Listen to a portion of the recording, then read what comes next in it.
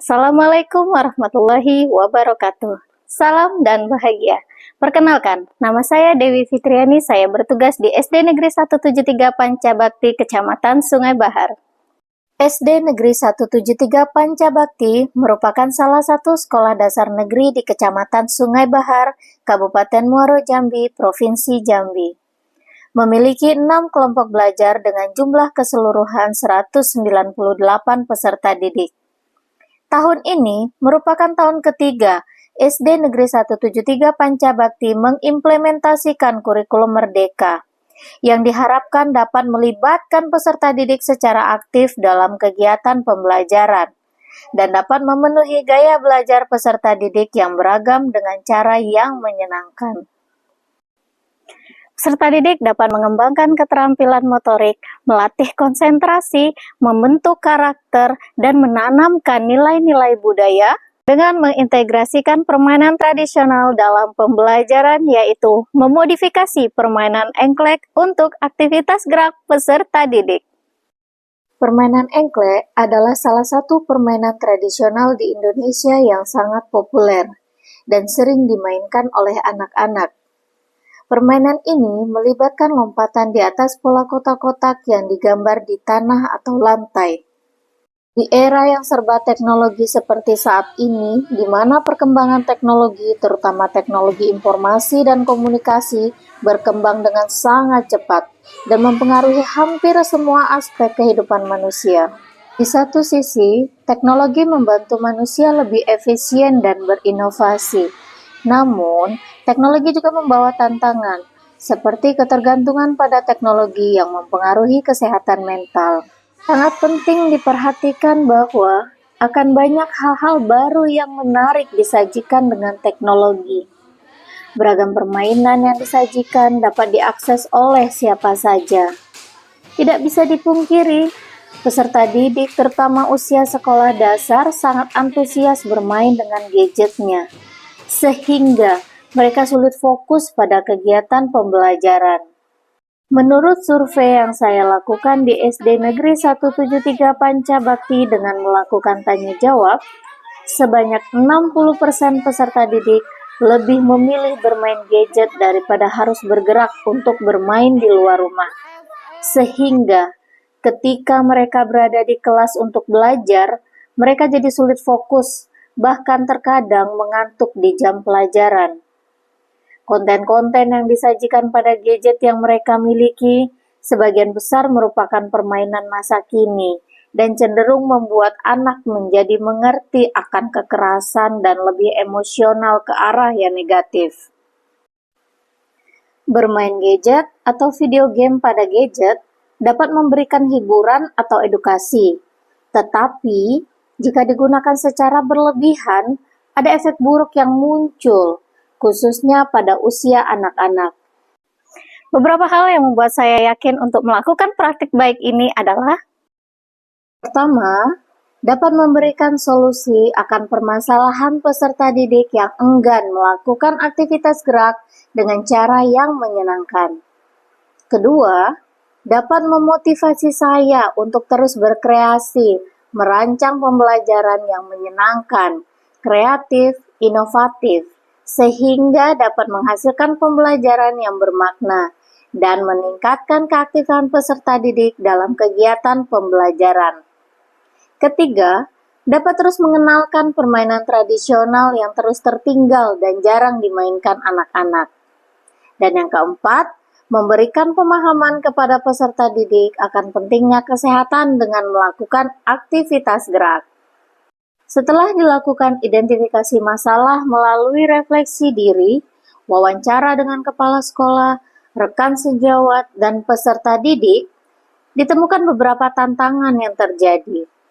Pertama, kurangnya minat dan motivasi karena beberapa peserta didik tidak tertarik pada aktivitas gerak. Kedua, variasi tingkat kebugaran karena ada peserta didik yang terlalu aktif, sementara lainnya kurang aktif, bahkan memiliki keterbatasan fisik. Ketiga, tantangan lingkungan seperti cuaca yang tidak menentu untuk bermain di luar. 4. Masalah keamanan dan cedera karena aktivitas gerak memiliki resiko. Dari beberapa masalah tersebut, maka saya menyimpulkan bahwa tantangan yang dihadapi yang pertama yaitu mencari referensi dari berbagai sumber tentang aktivitas gerak yang menarik, namun tetap memanfaatkan teknologi.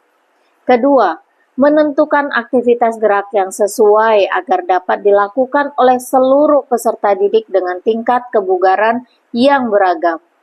Ketiga, membuat sebuah aktivitas gerak dapat dilakukan di mana saja. Keempat, mencari sumber informasi dari berbagai pihak tentang keamanan dan kemungkinan pertolongan pertama ketika terjadi cedera. Langkah-langkah yang saya lakukan adalah: pertama, membuat aktivitas gerak yang menyenangkan dalam bentuk permainan dengan tantangan yang menarik, yaitu permainan engklek yang dimodifikasi dengan beragam tantangan menggunakan teknologi. Variasi level tantangan pada permainan engklek yang dimodifikasi akan membuat peserta didik lebih antusias. Kedua, permainan engklek dimodifikasi dengan berbagai level yang berbeda-beda, sehingga dapat dimainkan oleh peserta didik dengan tingkat kebugaran yang berbeda-beda. Yang ketiga, mencetak permainan engklek yang dimodifikasi agar tetap dapat dimainkan di mana saja, sehingga dapat digunakan di setiap kelas.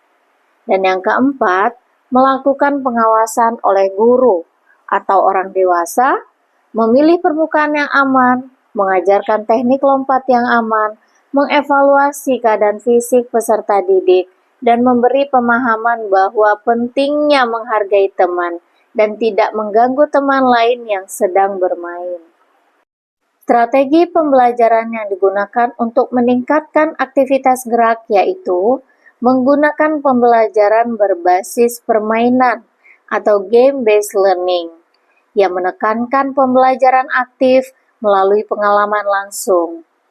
Kemudian, pembelajaran kolaboratif agar peserta didik dapat bermain bergantian atau bekerja sama untuk menyelesaikan tantangan pada permainan engklek.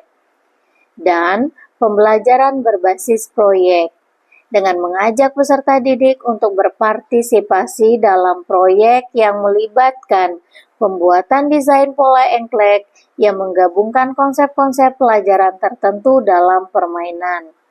Dengan strategi-strategi inilah peserta didik memiliki kesempatan untuk berkreasi sambil aktif bergerak. Setelah melakukan praktik baik, integrasi permainan tradisional dalam pembelajaran, yaitu memodifikasi permainan engklek untuk aktivitas gerak peserta didik dan tidak meninggalkan unsur teknologi di dalamnya, agar peserta didik tetap berada pada zamannya, sehingga pembelajaran menjadi relevan bagi seluruh peserta didik. Karena peserta didik tidak hanya belajar, tetapi mereka juga menikmati proses pembelajaran yang membuat mereka menjadi lebih bersemangat dan lebih berpartisipasi dalam kegiatan pembelajaran. Dengan menggabungkan permainan yang berbasis teknologi melalui tantangan pada permainan engklek yang dimodifikasi, menjadikan praktik baik ini tetap mengikuti kemajuan zaman sesuai dengan filosofi Ki Hajar Dewantara, yaitu mendorong pembelajaran yang tidak terlepas dari akar budaya dan nilai-nilai lokal. Di zaman modern ini, pendidikan harus tetap menghormati identitas budaya lokal, sambil terbuka terhadap perkembangan global. Semoga praktik baik ini dapat menginspirasi rekan-rekan guru dan dapat memberikan manfaat bagi sekolah dan dunia pendidikan pada umumnya.